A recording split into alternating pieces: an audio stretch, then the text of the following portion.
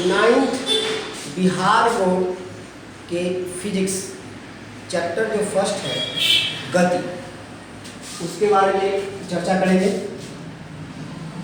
9th physics for Bihar board के लिए। ये जो पहला टॉपिक इसमें है, चैप्टर का नाम है गति। गति क्या है? गति क्या है? तो जब कोई वस्तु समय के साथ स्थान में परिवर्तन करता है तो वह वस्तु गति में कहलाता है। जब कोई वस्तु समय के साथ स्थान में परिवर्तन करता है तो वह गति में कहलाता है। जब कोई वस्तु समय के साथ स्थान में परिवर्तन करता है तो वह गति में कहलाता है। ठीक। अगला पॉइंट है विराम, मतलब रेस्ट। गति मतलब मोशन। तो विराम क्या है? जब कोई वस्तु समय के साथ स्थान में परिवर्तन नहीं करता, जब कोई वस्तु समय के साथ स्थान में परिवर्तन नहीं करता है तो वह वस्तु विराम में कहलाता है। ठीक। समय के साथ स्थान में परिवर्तन ना हो, किसी वस्तु में समय के साथ स्थान में परिवर्तन न हो तो वो विराम में कहलाता है, मतलब रेस्ट में कहलाता है। जब विराम में कोई वस्तु होगा तो वो 0 मीटर पर सेकेंड या 0 किलोमीटर पर आवर डिनोट करेगा। ठीक। विराम में कोई वस्तु होगा तो 0 मीटर पर सेकेंड या 0 किलोमीटर पर आवर डिनोट होगा। अगला टॉपिक है अदिश राशि। इसको स्केलर ही बोलते हैं, स्केलर क्वांटिटी।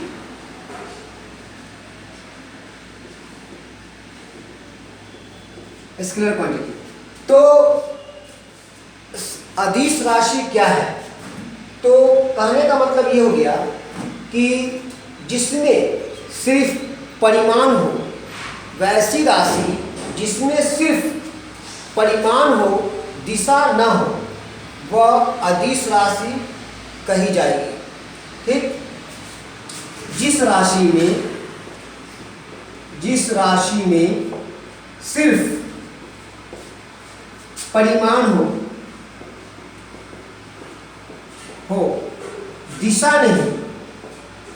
दिशा नहीं, वो वैसी राशि अदिश राशि कहलाती है।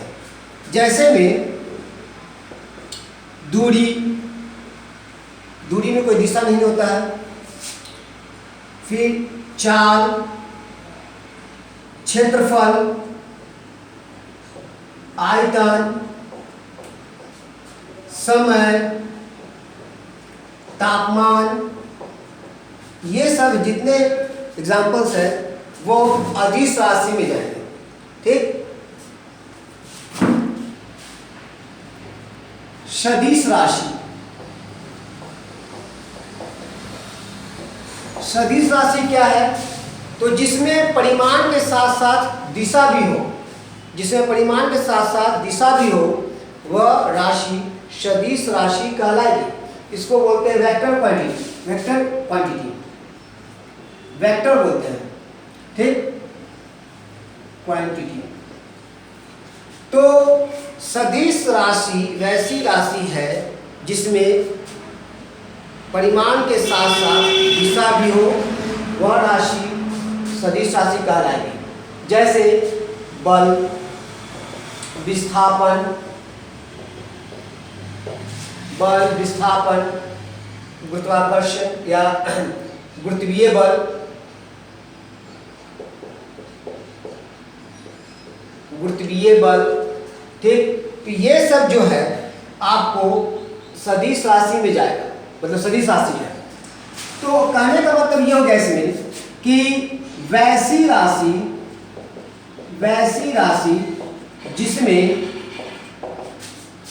जिसमें परिमाण प्लस दिशा दोनों हो, ठीक। अब इसे मान लीजिए कि किसी पर्सन को बोले कि किसी वस्तु पर बल लगाना है, तो बल तो लगाएगा, साथ साथ उसमें दिशा भी सुनिश्चित होगी, ठीक है।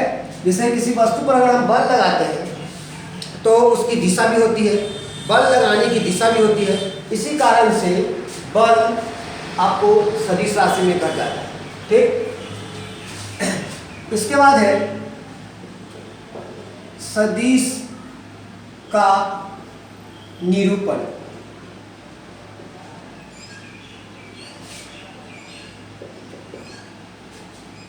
सदिश का निरूपण, तो सदिश का निरूपण कैसे करेंगे? तो इस तरीके से इसे पूंछ बोला जाता है, यानी टेल। इसको हेड बोला जाता है, यानी कि सिर। इसे पूंछ मतलब टेल, हेड। और मान लीजिए कि ओ है, ये पी है, तो ओपी डिनोट होगा इस तरीके से। तो सदिश को हम एक तीर के निशान द्वारा सुनिश्चित करते हैं, डिनोट करते हैं, ठीक। तो कहने का मतलब यह है कि सदिश राशि को एक रेखाखंड द्वारा डिनोट किया जाता है, यानी कि निरूपण किया जाता है। सदिश राशि को एक रेखा खंड द्वारा क्या जाता है,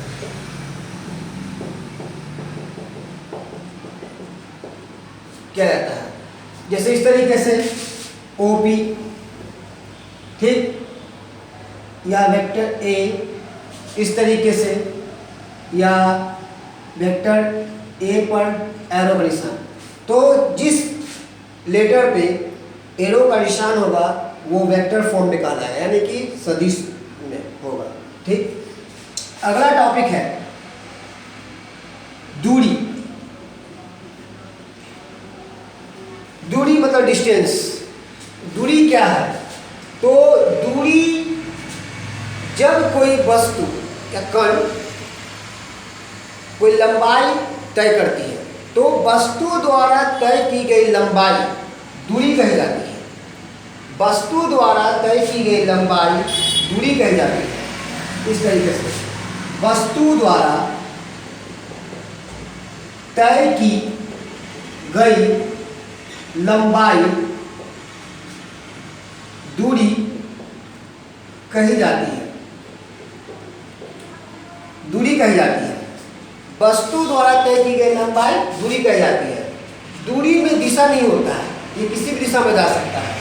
जैसे मान कुछ खिलाड़ी फुटबॉल खेल रहे हैं, तो फुटबॉल में कोई निश्चित डायरेक्शन नहीं होता है, दिशा नहीं होती है, तो किसी भी दिशा में फुटबॉल जा सकता है।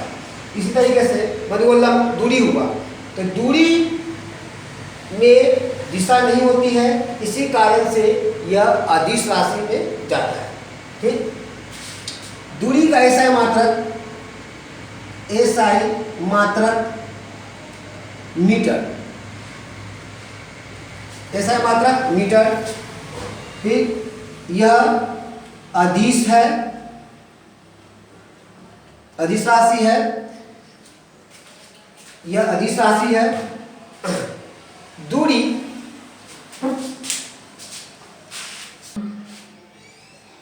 दूरी अदिश राशि है। दूरी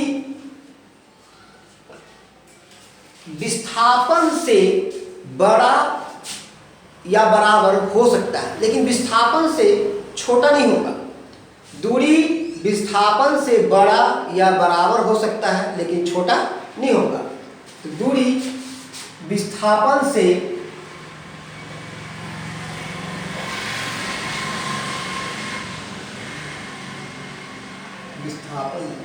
विस्थापन से बड़ा होगा या बराबर होगा, लेकिन छोटा नहीं होगा। उसके बाद दूरी हमेशा पॉजिटिव होती है, शून्य या नेगेटिव, शून्य या ऋणात्मक नहीं होती। दूरी हमेशा पॉजिटिव होती है, शून्य या ऋणात्मक नहीं होती। इस तरीके से अगला टॉपिक है विस्थापन, मतलब डिस्प्लेसमेंट। एक निश्चित दिशा में तय किया गया लंबाई, एक निश्चित दिशा में तय किया गया लंबाई विस्थापन कहलाता है, यानी कि शॉर्टकट डिस्टेंस। अब मान लीजिए कि ए बी, किसी व्यक्ति को ए से बी तक पहुंचना है, इसका 3 वे है पहुंचने का।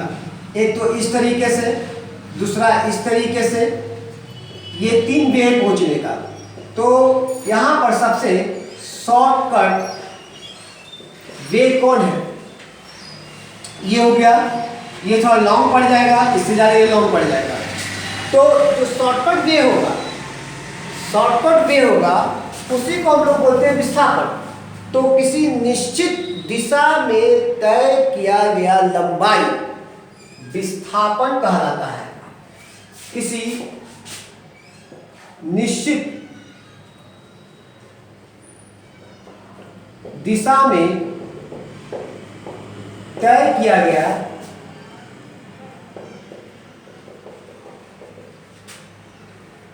लंबाई विस्थापन कहलाता है। किसी निश्चित दिशा में तय किया गया लंबाई विस्थापन कहलाता है। तो विस्थापन में दिशा है, इसी कारण से विस्थापन सदिश राशि में जाएगा। ठीक, तो विस्थापन में यह सदिश होता है, क्योंकि इसमें दिशा होती है। SI मात्रक मीटर ही होता है इसका भी। विस्थापन हमेशा दूरी से छोटा या दूरी के बराबर होगा। ठीक, विस्थापन पॉजिटिव, निगेटिव या शून्य भी हो सकता है। विस्थापन पॉजिटिव, निगेटिव या शून्य भी हो सकता है, तीनों हो सकता है। लेकिन दूरी सिर्फ पॉजिटिव होती है, शून्य और निगेटिव नहीं होता है दूरी। ठीक है,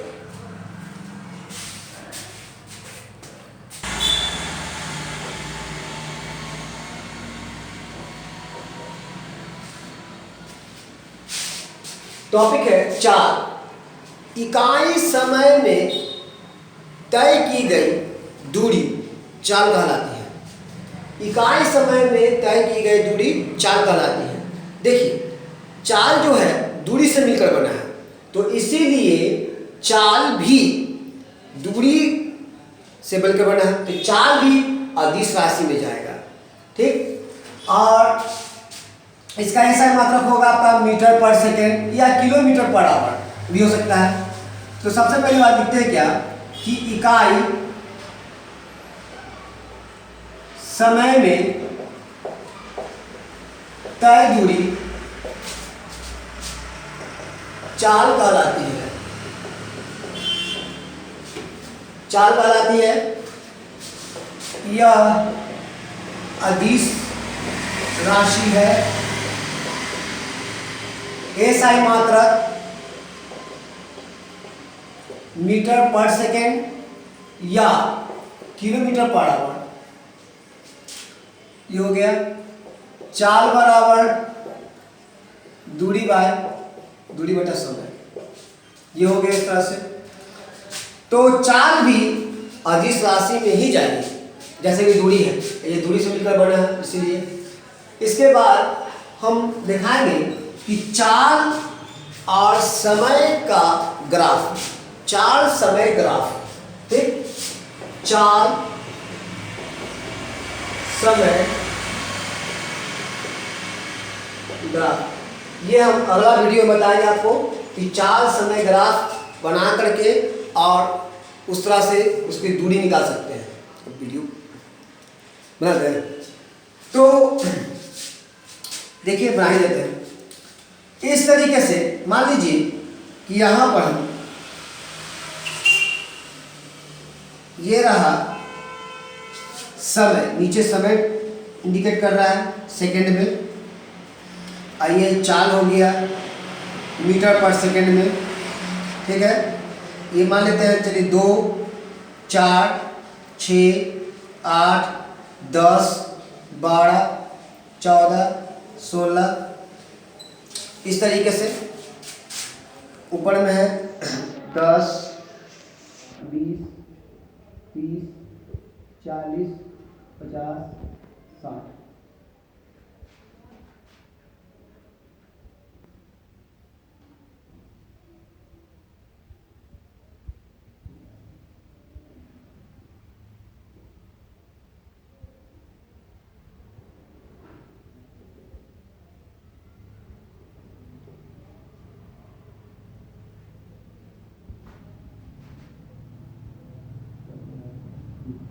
तो देखिए, ये ग्राफ जो दिखाया जा रहा है, तो 0 से वस्तु स्टार्ट हुआ और 2 सेकंड के बाद इसका स्पीड ये है, 4 सेकंड में इसका स्पीड 30 हो जाता है, और उसके बाद अगले 4 सेकंड से 12 सेकंड तक इसका स्पीड 30 ही रहता है, और 12 सेकंड से 16 सेकंड तक इसका स्पीड 30 से घटकर 0 पे आ जाता है। तो कहने का मतलब है, इस पूरे समय अंतराल में कुल तय की गई दूरी क्या होगी, इस पूरे समय अंतराल में कुल तय की गई दूरी क्या होगी। तो यहाँ पर देखिए, सबसे पहली बात कि 4 सेकंड में तय की गई दूरी, सबसे पहली बात 0 सेकंड से 4 सेकंड में तय दूरी। तो देखिए, यहां पर ये त्रिभुज बन रहा है, त्रिभुज का क्षेत्रफल क्या होता है 1/2 बेस इंटू हाइट, मतलब आधार गुने ऊंचाई। तो इसका आधार कितना सेकंड हो जाएगा आपका 2, 2, 4। तो यहाँ पर आधार 4 सेकंड होगा,